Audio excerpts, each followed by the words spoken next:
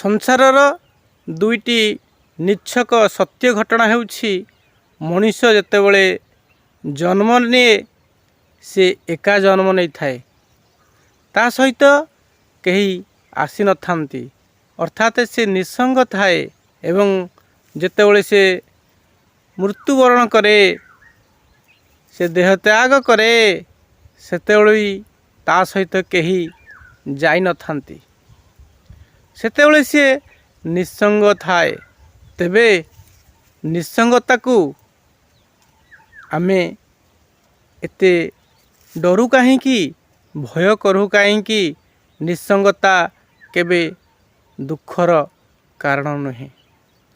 ନିଃସଙ୍ଗତାରେ ହିଁ ଜଣେ କବି ତାର କବିତା ରଚନା କରେ। ନିଃସଙ୍ଗତାରେ ହିଁ ଜଣେ ବୈଜ୍ଞାନିକ ତାର ଉଦ୍ଭାବନ କରେ ଏବଂ ସେହି ନିଃସଙ୍ଗତାରେ ହିଁ ଜଣେ ଯୋଗୀ ନିଜକୁ ଆବିଷ୍କାର କରେ। ତେଣୁ ଯଦି ଆପଣ ନିଃସଙ୍ଗତାର ଶିକାର ହେଇଛନ୍ତି, ଏହା ଏକ ଅଭିଶାପ ନୁହେଁ, ଏହା ଏକ ବରଦାନ। ଖାଲି ଦୃଷ୍ଟିଭଙ୍ଗୀର ଫରକ ଅଛି। ନିଜକୁ ଆବିଷ୍କାର କରିବା ପାଇଁ, ନିଜକୁ ଜାଣିବା ପାଇଁ, ନିଜର ମୂଲ୍ୟାଙ୍କନ କରିବା ପାଇଁ ନିଃସଙ୍ଗତା ହିଁ ଏକମାତ୍ର ମାଧ୍ୟମ। ନିଜକୁ ସମୟ ଦିଅନ୍ତୁ, କିଛି ସମୟ ଭୌତିକ ସଂସାରରୁ, ନିଜ ପରିବାର ଠାରୁ ଦୂରେଇ ରୁହନ୍ତୁ। ଆପଣ ନିଜକୁ ସମୟ ଦିଅନ୍ତୁ, ତେବେ ଯାଇ ଆପଣ ଜୀବନରେ କେବେ ଅସଫଳ ହେବେ ନାହିଁ। ହୁଏତ ସଂସାର ଆପଣଙ୍କୁ ଭୁଲ ବୁଝିଥାଇପାରେ ବା ଆପଣଙ୍କୁ ଧୋକା ଦେଇପାରେ, କିନ୍ତୁ ଆପଣ ସେଇ ନିଃସଙ୍ଗତାରୁ ଯେଉଁ ଆବିଷ୍କାର କରିଥିବେ ନିଜକୁ, ନିଜର ପ୍ରକୃତ ପରିଚୟକୁ, ସେ କଦାପି ଆପଣଙ୍କୁ ଧୋକା ଦେବ ନାହିଁ, ତିରସ୍କାର କରିବ ନାହିଁ। ସିଏ ଆପଣଙ୍କର ଜୀବନର ବଞ୍ଚିବାର ପୁଞ୍ଜି ହେଇଯିବ। କାରଣ ପ୍ରକୃତ ନିଃସଙ୍ଗତାରୁ ହିଁ ଆପଣଙ୍କର ଆଧ୍ୟାତ୍ମିକ ଯାତ୍ରା ଆରମ୍ଭ ହୋଇଥାଏ। ପ୍ରକୃତ ସତ୍ସଙ୍ଗ କଲେ ନିଃସଙ୍ଗତା ଆସେ।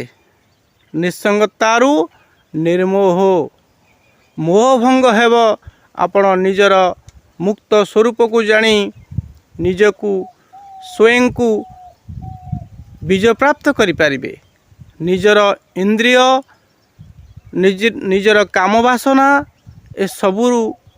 ସବୁକୁ ଆପଣ ଏହି ନିଃସଙ୍ଗତା ରୂପକ ତପସ୍ୟା ମାଧ୍ୟମରେ ଜୟ କରିପାରିବେ, ଏଥିରେ ଦ୍ୱିମତ ନାହିଁ।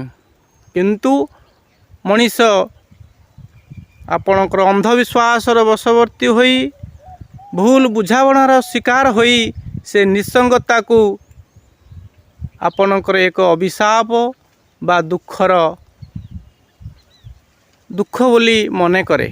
ବାସ୍ତବରେ ନିଃସଙ୍ଗତା ହିଁ ପ୍ରକୃତରେ ନିଜକୁ ଜାଣିବାର ସର୍ବୋତ୍ତମ ଶ୍ରେଷ୍ଠ ବିଧି ଅଟେ।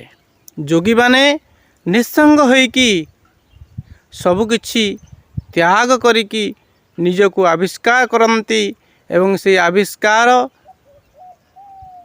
ସେ ମାଧ୍ୟମ କରି ନିଜର ଜୀବନଯାତ୍ରାକୁ ଆଗକୁ ଜାରି ରଖନ୍ତି।